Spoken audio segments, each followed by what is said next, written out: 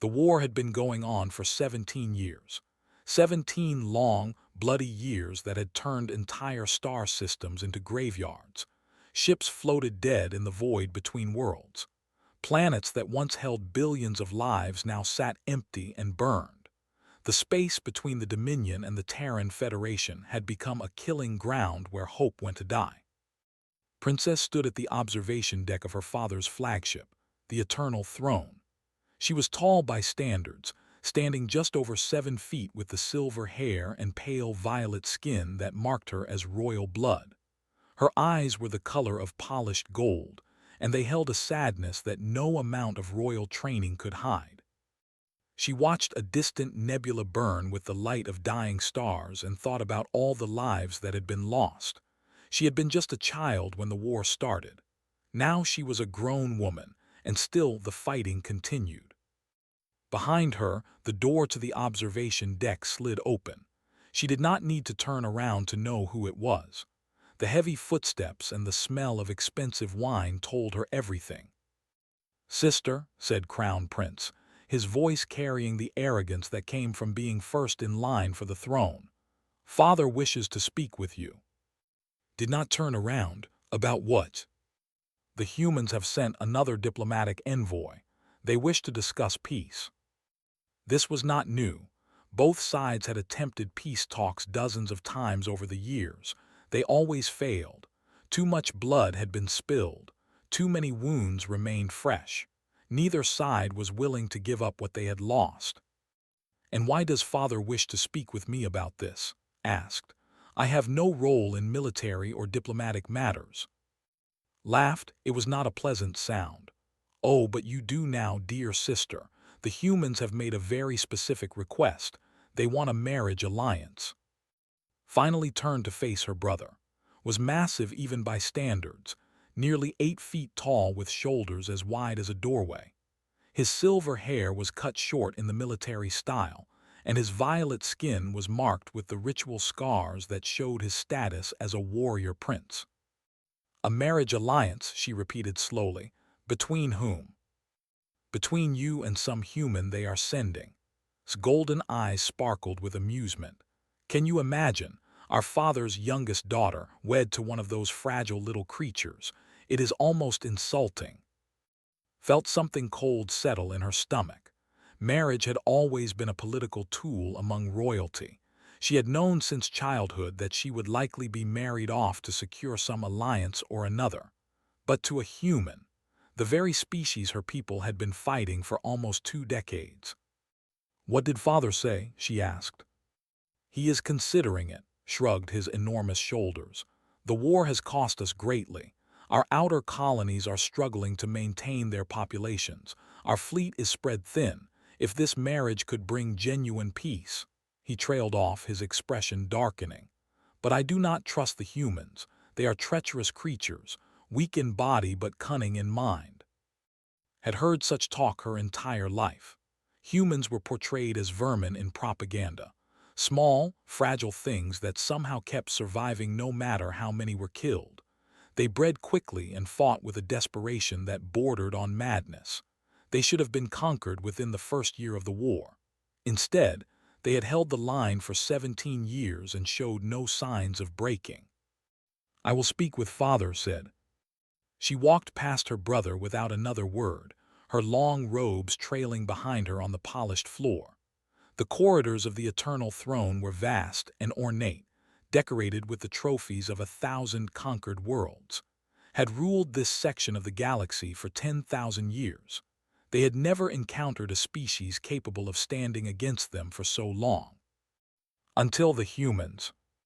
The throne room of High Emperor was a massive chamber that could hold several thousand people. Today, it held only a handful. The emperor himself sat upon a throne carved from the bones of some ancient beast, his silver hair flowing down his back like a river of moonlight. He was old by any standard, nearly 400 years, but his golden eyes remained sharp and calculating. Beside him stood Grand Admiral, the commander of the fleet. He was a veteran of countless battles, and his expression made it clear what he thought of peace negotiations. The emperor said as she approached, You have heard. Yes, father. She knelt before the throne as protocol demanded, told me of the human proposal. Rise, daughter, we will speak plainly today. Stood and met her father's gaze. Despite his age, remained an imposing figure. He had ruled the Dominion for 200 years and had never shown weakness to anyone, including his own children. The humans wish to end this war, the Emperor said. They have proposed a marriage between their chosen representative and a member of our royal family. They believe such a union would serve as a symbol of peace between our peoples. And you are considering this, said. It was not a question. I am. The Emperor leaned back in his throne. This war has cost us more than we ever anticipated. The humans are like insects. Kill 1,000 and 10,000 more take their place. Our resources are not infinite. Our people grow weary of endless conflict. Grand Admiral stepped forward. Your Majesty, I must again protest. The humans cannot be trusted. This is clearly a trap of some kind. Perhaps, the Emperor replied, or perhaps they are as tired of war as we are.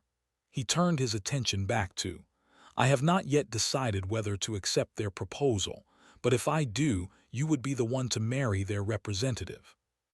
Why me? Asked. I am the youngest. I have no political power, no military value. Surely one of my sisters would be a more suitable choice. Your sisters are already promised to noble houses within the Dominion.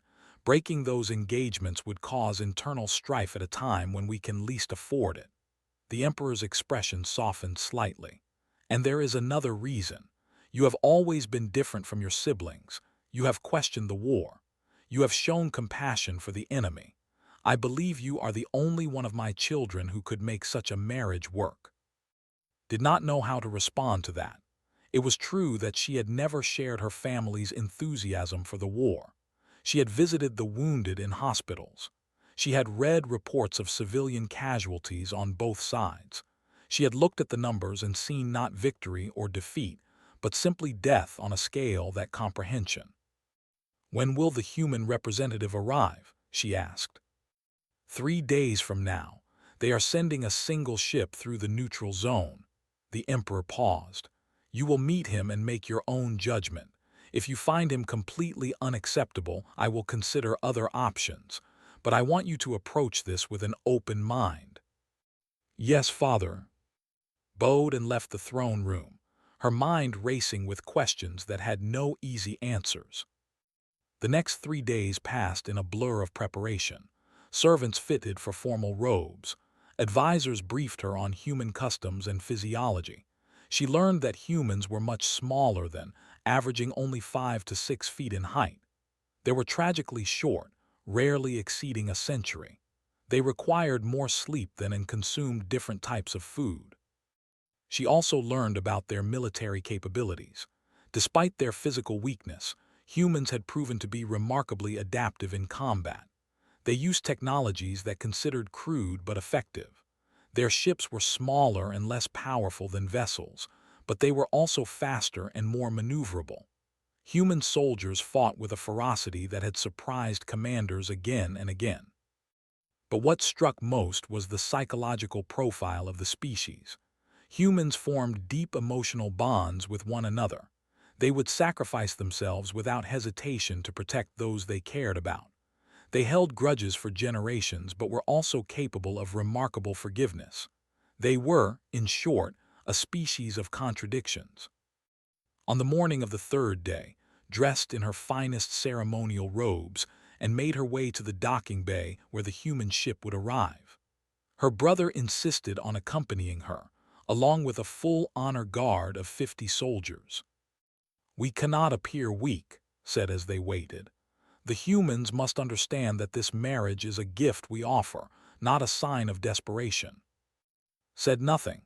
She watched the massive docking bay doors, waiting for them to open and reveal the ship that carried her potential future husband. When the doors finally parted, she felt a strange mixture of curiosity and apprehension. The human ship was small, perhaps a quarter the size of a standard transport. Its hull was painted dark gray, and it moved with a smooth precision that suggested advanced engineering beneath its unassuming exterior. The ship landed gently on the docking platform and watched as a ramp extended from its belly. She expected an entourage, advisors, guards, diplomats. Instead, only one figure descended the ramp. He was alone. Studied the human as he walked toward them. He was taller than she had expected, perhaps 5 feet 11 inches, which was apparently above average for his species. His hair was brown and cut short, and his skin had a warm tone that spoke of exposure to sunlight. He wore a simple uniform of dark blue with no visible medals or decorations. His face was neither handsome nor ugly by human standards, simply ordinary. But it was his eyes that caught her attention. They were gray like storm clouds, and they held a stillness that seemed out of place on such a young face. He walked with an easy confidence, neither hurrying nor hesitating, as if he had all the time in the world. Stepped forward, positioning himself between and the approaching human. "You are the representative sent by the Terran Federation," he demanded. The human stopped a respectful distance away and offered a small bow. "I am. My name is Daniel Price. I come as an envoy of peace." Just Daniel Price. His voice dripped with contempt. No titles, no rank. They send a commoner to marry into the house of. Daniel met the prince's gaze without flinching. "I hold no noble titles, that is true. The Terran Federation does not have a nobility in the way your people do, but I am authorized to speak on behalf of my government in all matters relating to this potential alliance." "Potential alliance," repeated mockingly. "You speak as if you have something to offer us. Your people are losing this war. Your colonies burn. Your fleets retreat. In another decade, the Terran Federation will be nothing but a memory." Watched Daniel's reaction carefully. She expected anger, perhaps fear. Instead, she saw only that same unnerving calm. "With respect, Prince, both sides have lost much in this conflict. The outcome remains uncertain regardless of propaganda on either side." Daniel's voice was even, almost gentle. "I am not here to argue about who is winning or losing. I am here to discuss whether our peoples might find a better path forward." His face darkened with rage, but before he could respond, stepped forward. "You speak well, Daniel Price," she said. "I am Princess. I understand you have traveled far. Perhaps we should continue this conversation somewhere more comfortable." Daniel turned to look at her, and for a moment something flickered in those gray eyes. Recognition, curiosity, she could not tell. Then he bowed again, deeper this time. "I would be honored, Princess." Led him away from the docking bay, ignoring's furious glare. The guards fell into step around them, but at a discreet distance. She guided Daniel through the corridors of the Eternal Throne, pointing out various features of the ship as they walked. "This vessel has been the flagship of the fleet for 300 years, she explained. "It can carry 10,000 soldiers and enough supplies to sustain them for 5 years.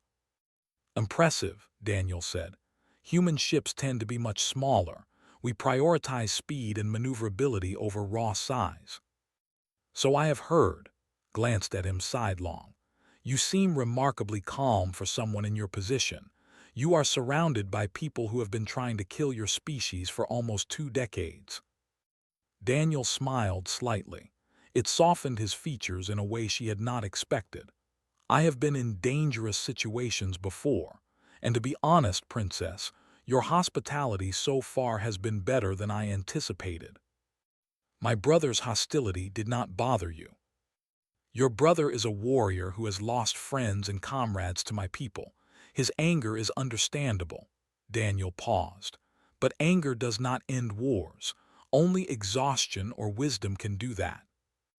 They arrived at a small reception room that had chosen for its relative privacy. It was simply furnished by standards, with only a few pieces of elegant furniture and a window that looked out into the star-filled void. "Please sit," said, gesturing to a chair that had been brought in specifically to accommodate human proportions. Daniel sat, and she noticed how carefully he positioned himself. Not quite relaxed, but not tense either. Alert without being aggressive. It was the posture of someone who had spent a long time learning how to be ready for anything. Took a seat across from him. I must be honest with you, Daniel Price. I do not understand why your people sent you. What do you mean? You have no titles, no apparent rank, no obvious political connections. When I was told that the Terran Federation was sending a representative for a marriage alliance, I expected someone of greater significance. Daniel nodded slowly. I understand your confusion. Let me try to explain. He leaned forward slightly. The Federation considered sending admirals, politicians, diplomats with decades of experience, but they realized something. This marriage is not just about politics. It is about creating a genuine bond between our peoples, and for that, they needed someone who actually wanted to be here. And you wanted to be here? Yes. Why? Daniel was quiet for a moment. His gray eyes seemed to look through her, focusing on something far away. I have been fighting in this war for 11 years, he said finally. I have seen things that would give most people nightmares. I have lost friends, comrades, people I cared about. He paused. When the opportunity came to try something different, to seek peace instead of more violence, I volunteered. Studied him carefully. There was something in his voice, a weight that did not match his relatively young appearance. Humans aged differently then, she reminded herself. This man could not be more than 40 years old, a child by her people's standards, and yet he spoke like someone who had lived much longer. You said you have been fighting for 11 years, she said. What were you before that? A student. I was studying history at a university on Earth when the war reached our inner colonies. I enlisted the next day. And what have you been since then? Daniel's expression did not change, but something shifted behind his eyes. A soldier. Just a soldier. That is what my records say. Filed away that careful non-answer for later consideration. Tell me about Earth, she said, changing the subject. I have seen images, but I know little of what life is like there. Daniel's posture relaxed slightly. Earth is It is not the largest planet in the Federation, but it remains the most populated. The surface is covered mostly by water, with 7 continents spread across the globe.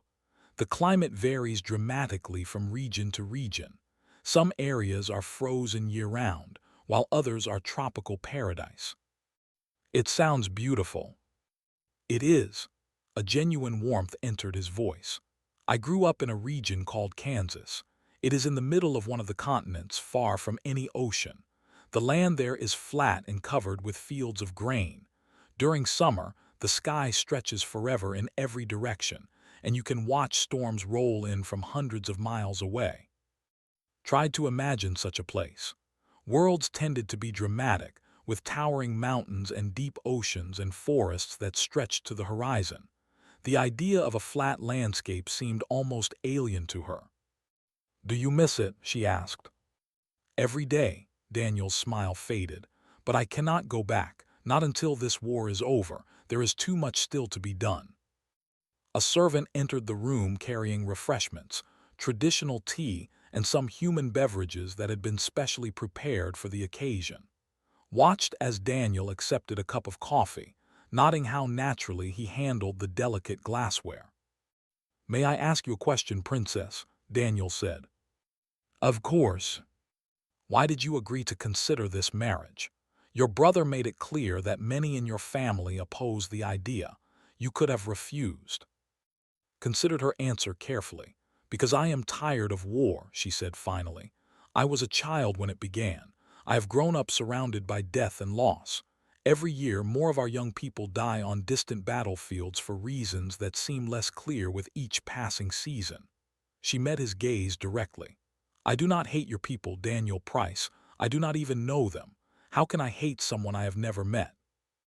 Most would disagree with that sentiment. Most have been fed propaganda since birth. They have been taught to see humans as vermin, as insects to be exterminated. His voice hardened slightly. But I have read the casualty reports. I have visited the hospitals. I have seen what this war has cost us, and I have come to believe that your people are not insects. You are simply different." Daniel set down his cup and looked at her with an expression she could not quite read. "Princess, I think you may be the first I have ever met who speaks that way." "I suspect I am the first many things," she replied. "It is not an easy position." They talked for hours, found herself genuinely enjoying the conversation, which surprised her. Daniel was intelligent and thoughtful, with a dry sense of humor that emerged gradually as he became more comfortable. He asked questions about culture and listened carefully to her answers. He shared stories about human customs that made her laugh despite herself. By the time the ship's artificial day cycle began to dim toward evening, realized that she had forgotten to be nervous. She had forgotten that this man was supposed to be her enemy. She had simply been talking to another person, and it had felt natural in a way she had not expected. "I should let you rest," she said finally. "Tomorrow, my father will wish to meet with you formally." Daniel rose from his chair and bowed. "Thank you for your hospitality, Princess. This has been not what I expected." "What did you expect?" "Honestly, I expected to be treated with suspicion at best, hostility at worst. Instead, I have been treated with kindness." He paused at the door. "Whatever happens tomorrow, I want you to know that I appreciate that." After he left, stood alone in the reception room, staring out at the stars. She thought about everything Daniel had said, everything he had not said, and the strange feeling of connection that had grown between them over the course of a single afternoon. She was not foolish enough to call it love. That would take time if it happened at all, but she was beginning to think that maybe, just maybe, this could work. The formal audience with the emperor took place the following morning. The throne room was packed with nobles, military officers, and advisors who had come to observe the human envoy. Stood near the front, close enough to see Daniel's face as he approached the throne. He walked alone down the long central aisle, surrounded on all sides by who towered over him. He should have looked small and vulnerable. Instead, he walked with that same quiet confidence she had observed the day before. When he reached the base of the throne, he bowed deeply but did not kneel. Noticed several nobles murmuring at this breach of protocol. A supplicant before the emperor was supposed to kneel. If her father was offended, he did not show it. "Daniel Price of the Terran Federation," he said, his voice carrying easily through the vast chamber. "You come before me seeking peace through marriage. Speak your case." Daniel straightened and met the emperor's gaze without fear. "High Emperor, I thank you for this audience. I will speak plainly, as time is too precious to waste on empty pleasantries." A ripple of surprise passed through the assembled nobles. Protocol demanded elaborate formal speeches on occasions like this. Daniel's directness was almost insulting. But the emperor merely nodded. "Plain speaking is refreshing. Continue." "This war has lasted 17 years. In that time, the Terran Federation has lost approximately 400 billion citizens. Based on our intelligence estimates, the Dominion has lost similar numbers." Daniel's voice was calm and clear. "We have burned worlds, destroyed fleets, and shed enough blood to fill oceans, and we are no closer to victory than we were on the first day." "Some would say we are winning," Grand Admiral interrupted from his position beside the throne. "Some on your side would say that. Some on my side would say the same thing about us." Daniel turned to face the admiral. "The truth is that we are both losing. Every day this war continues, both our civilizations become weaker, our resources deplete, our populations shrink, and eventually we will both be vulnerable to threats that we cannot even imagine right now." "You speak of hypothetical threats to distract from your current weakness," growled. "I speak of historical reality." Daniel's voice remained steady.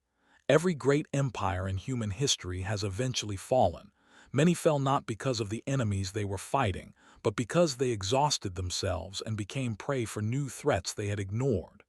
He turned back to the Emperor. The galaxy is vast and full of dangers. Neither of our peoples can afford to continue destroying each other. The Emperor stroked his chin thoughtfully. You argue for peace based on mutual self-interest, but peace requires trust. After 17 years of war, why should we trust your people? You should not, Daniel replied simply. Not yet. Trust must be earned over time through actions, not words.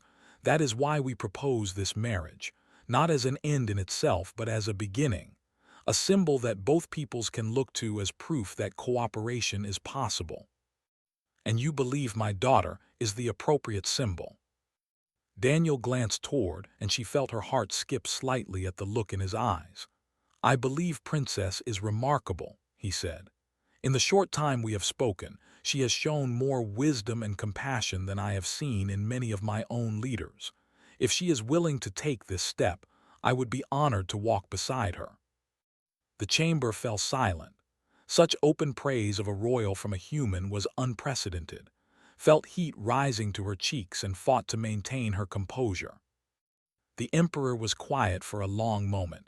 When he spoke, his voice was thoughtful.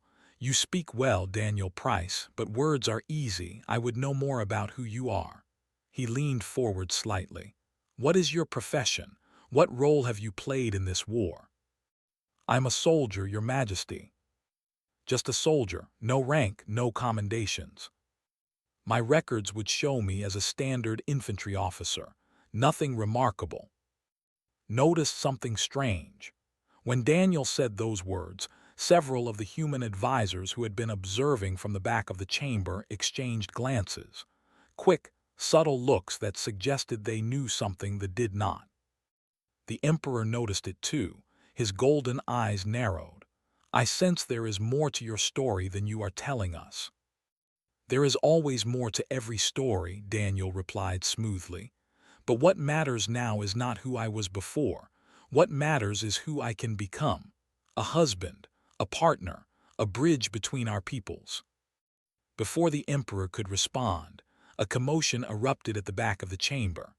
A messenger burst through the doors, running toward the throne with an urgency that cut through all protocol. Your Majesty, the messenger gasped, dropping to his knees. Emergency transmission from the border. The hegemony has launched a massive invasion. The chamber exploded into chaos. Nobles shouted questions. Officers barked orders into their communication devices. Guards moved to secure the exits. Felt the blood drain from her face. There were a third power in the galaxy, smaller than either the Dominion or the Federation, but brutal beyond measure.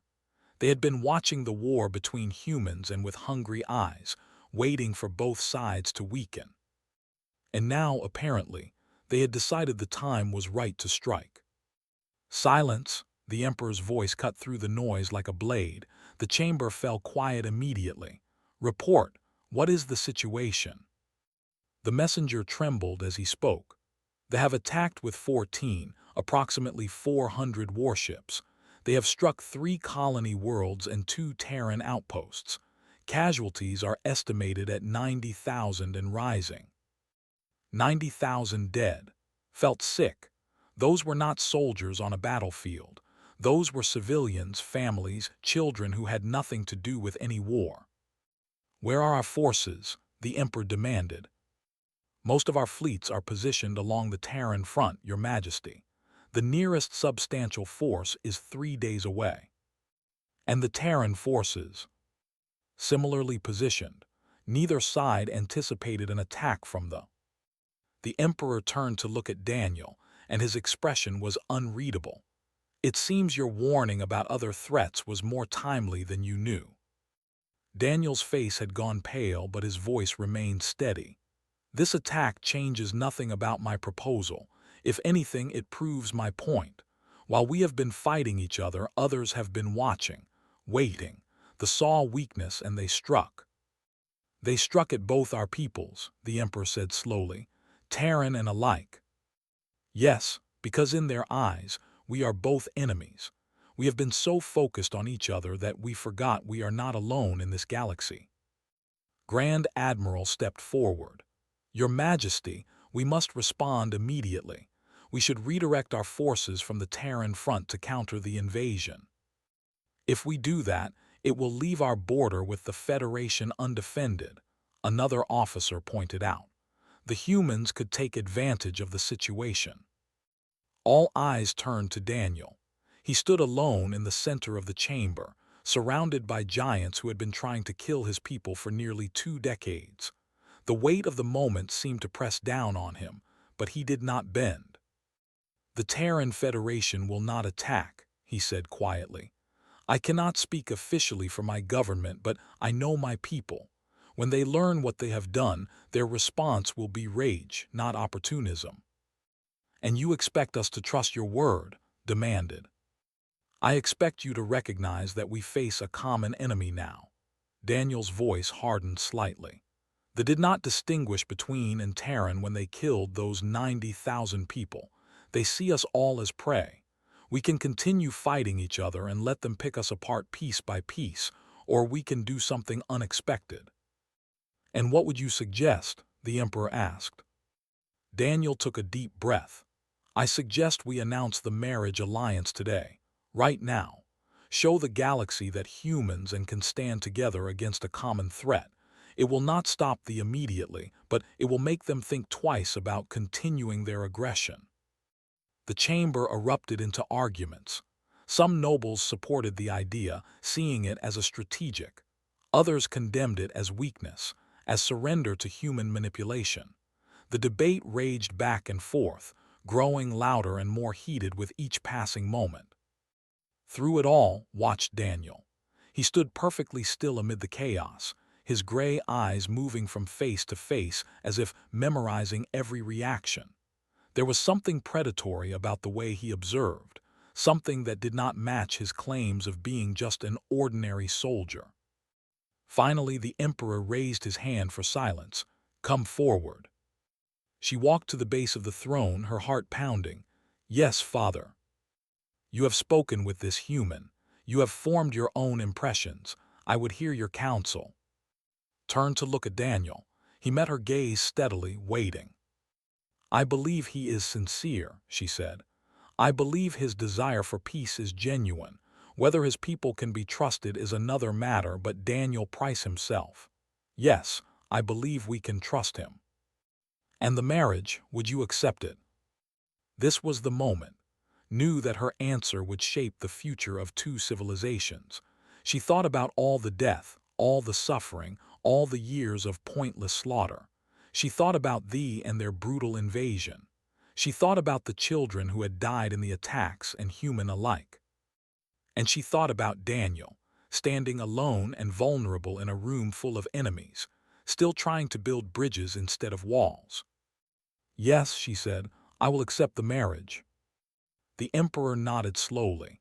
"Then let it be done. We will announce the alliance immediately. But know this, Daniel Price." His voice hardened.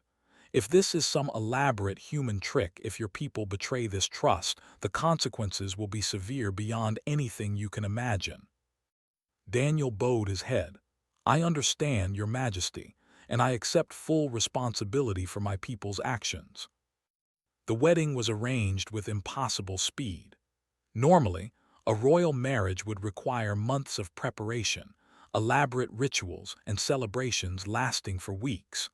But with the invasion continuing and the need for a symbolic statement overwhelming all other concerns, the ceremony was scheduled for the following day. Spent her last night as an unmarried woman alone in her chambers, staring out at the stars. She thought about all the paths her life could have taken, all the futures that were now closed off to her. She was about to marry a human, a member of a species she had been taught to despise.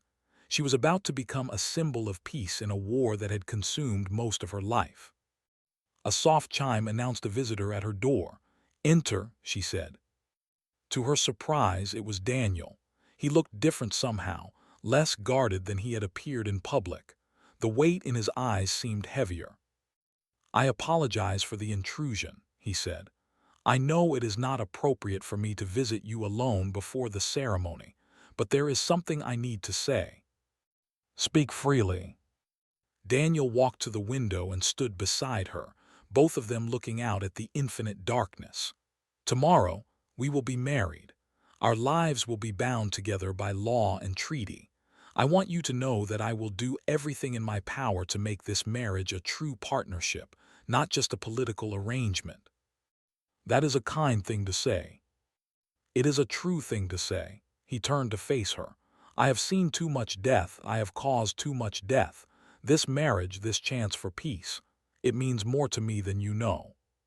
She studied his face in the dim light. There is something you are not telling me, something about your past. Daniel was silent for a long moment. Yes, he said finally. There are things about my history that I cannot share. Not yet. Not until I know whether I can trust you completely. I am about to become your wife. If you cannot trust me, who can you trust? That is a fair point. He smiled sadly. Let me say only this. I am not the ordinary soldier my records claim. I have done things in this war that haunt me every day. I volunteered for this mission partly because I wanted peace, but also because I wanted to become something other than what I have been. Reached out and took his hand. His skin was warmer than she expected, almost feverish by standards. Whatever you have been, she said, tomorrow you will become my husband, and I choose to believe that people can change. Daniel looked down at their joined hands. I hope you are right, princess, for both our sakes. They stood together in silence, watching the stars drift past. Tomorrow would bring a new beginning.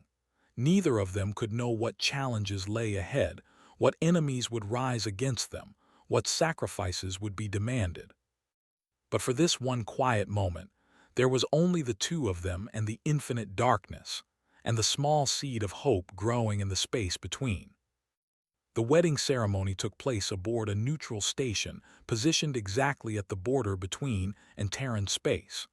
Representatives from both civilizations attended, though they kept to opposite sides of the vast ceremonial hall. Armed guards stood ready on both sides, a reminder that trust remained thin despite the occasion. Wore traditional bridal robes, flowing silver fabric that seemed to shimmer with its own inner light. Her silver hair was arranged in an elaborate style that had taken servants hours to complete. She felt beautiful and strange and terrified all at once. Daniel waited at the altar in his dress uniform. He looked calm as always, but when she walked toward him down the long central aisle, she saw something flicker in his gray eyes, something that might have been wonder. The ceremony itself was a careful blend of human and traditions. Both sets of vows were spoken, both sets of rituals performed. When it came time to exchange rings, Daniel produced a simple band of gold, unadorned but warm from where he had been holding it. This was my mother's, he said quietly as he slipped it onto her finger. She gave it to me before she died, told me to give it to someone special. I cannot think of anyone more special than you. Felt tears prick at her eyes and blinked them back furiously. She was a princess. She did not cry in public. I have no ring for you, she said, but I offer you this instead. She reached up and removed a small crystal pendant from around her neck, a piece of memory stone that had been in her family for generations.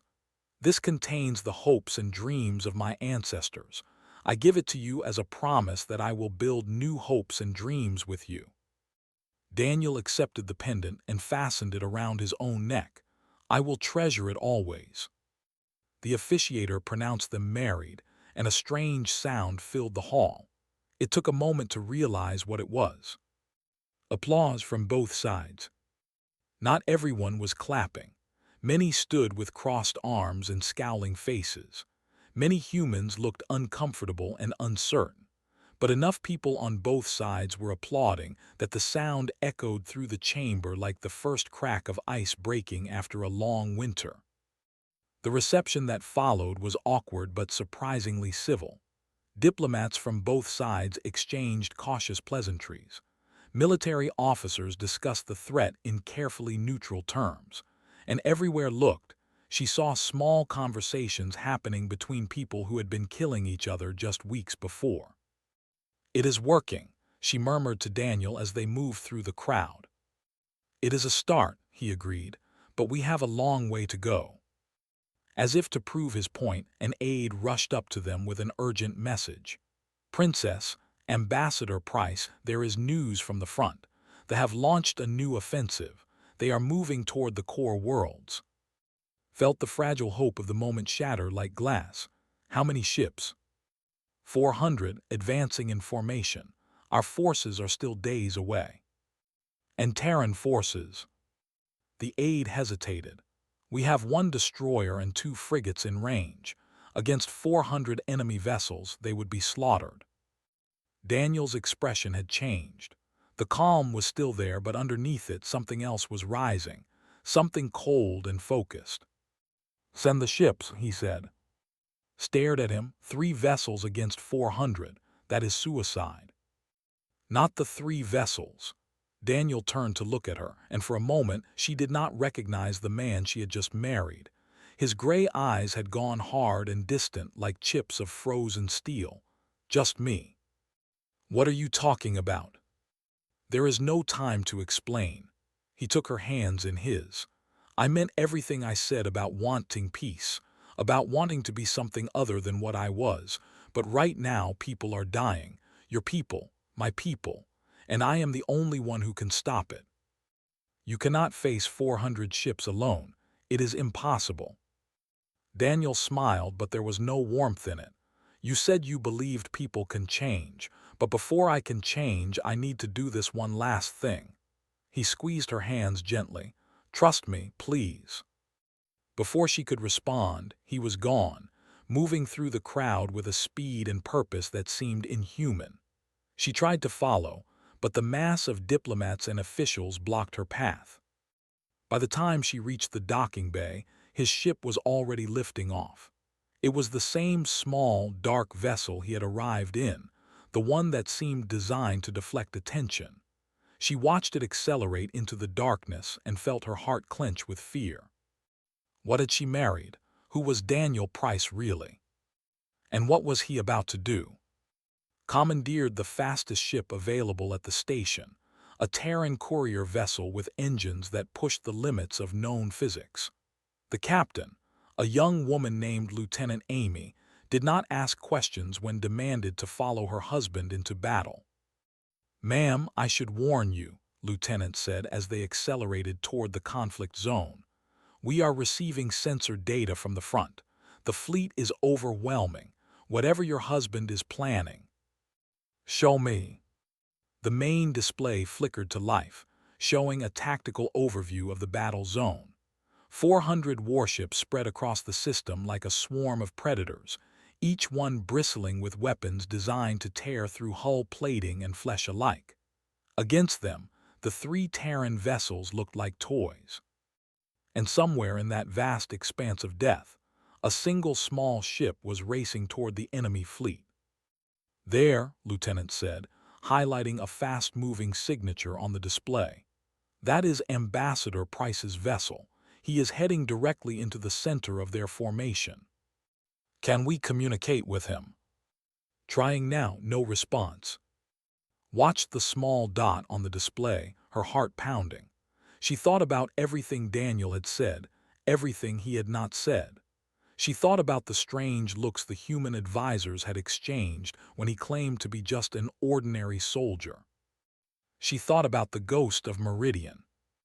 Every knew the legend. A single Terran operative who had appeared during the darkest years of the war, carving a path of destruction through forces that all logic. Fleets disabled without warning. Commanders found dead in their own ships. Supply lines severed, communications disrupted, and always, no trace of who had done it. The ghost was supposed to be a myth, a story created by Terran intelligence to demoralize troops. No single being could possibly have accomplished what the ghost was credited with. But what if the ghost was real? And what if she had just married him? On the display, Daniel's ship reached the outer edge of the formation. For a moment, nothing happened. Then the ships began to go dark. One by one, like candles being snuffed out, their lights flickered and died. The swarm that had seemed so unstoppable began to drift, powerless, their weapons silent and their engines cold. "What is happening?" Lieutenant whispered. Shook her head slowly, unable to speak. She had married a human to end a war, and now she was watching him annihilate an army, alone. Whatever came next, she knew that nothing would ever be the same.